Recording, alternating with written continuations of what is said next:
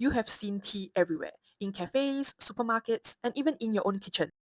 But do you truly know what is in your tea? Whether you're a casual tea drinker or a curious beginner to tea, join us in the journey to explore the interesting stories behind one of the world's most beloved beverages.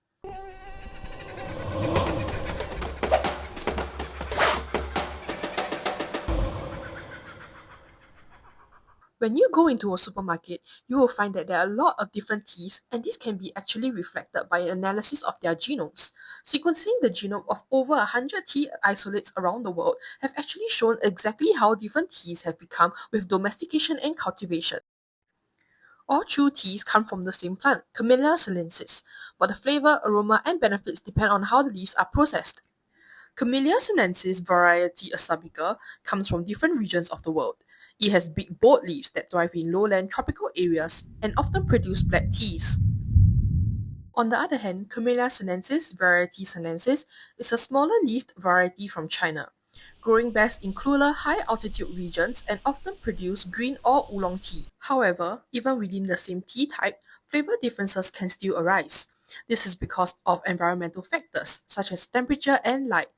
They can alter levels of taste-related compounds and secondary metabolites involved in plant growth and development. The impact of these environmental conditions can be traced back to the cultivation stage of the tea plant. The Camellia sinensis plant thrives in regions with acidic soil, plenty of rainfall, and the right altitude, sometimes as high as 2,100 meters above sea level. Growing tea plants from a seed is a long and labor-intensive process, so tea growers will sometimes use bare root tea seedlings. In commercial tea farms, cuttings are preferred as they produce genetically identical plants compared to seedlings whereby there's a greater genetic variation. This ensures consistency and quality in the flavor of the tea produced. Harvesting usually happens twice a year, and workers carefully pick only the top two leaves and a bud from each plant, and they are quickly sent to a nearby processing facility to prevent unwanted oxidation. Tea leaves from different species are often processed differently to produce different types of tea. And your tea quality is primarily influenced by tea variety, ground tea leaf size, and the addition of flavor compounds.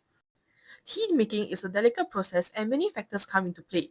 To start, the type of cup you choose matters. Porcelain is ideal as they retain heat well and do not impart flavors. And when it comes to water, be sure to use water with a low mineral substance content, such as filtered water, to achieve a better balance of minerals in the final brew. Mineral water can produce a more bitter taste and a darker color, leaving your tea tasting metallic or harsh. The amount of tea leaves, water temperature, and steep time also differ for the different types of teas.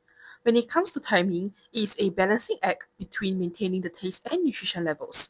Caffeine and tannin content increases with a longer time, but it also increases bitterness and astringency. Tea tannins react with your saliva and increases the friction between surfaces in your mouth, which results in dryness and roughness. Now, before choosing your favorite tea, it is also worth considering how it is packaged and prepared. Tea bags are super convenient and quick. They brew fast and are easy to use, but they often contain smaller broken leaves that can lead to a more bitter and astringent flavor. Tea bags can also release microplastics into the hot tea due to the different stresses of steeping. Loose leaf tea, on the other hand, uses whole leaves, releasing more aroma but requires more time and equipment. And lastly, some of you might like to add milk or sugar to your tea for flavor.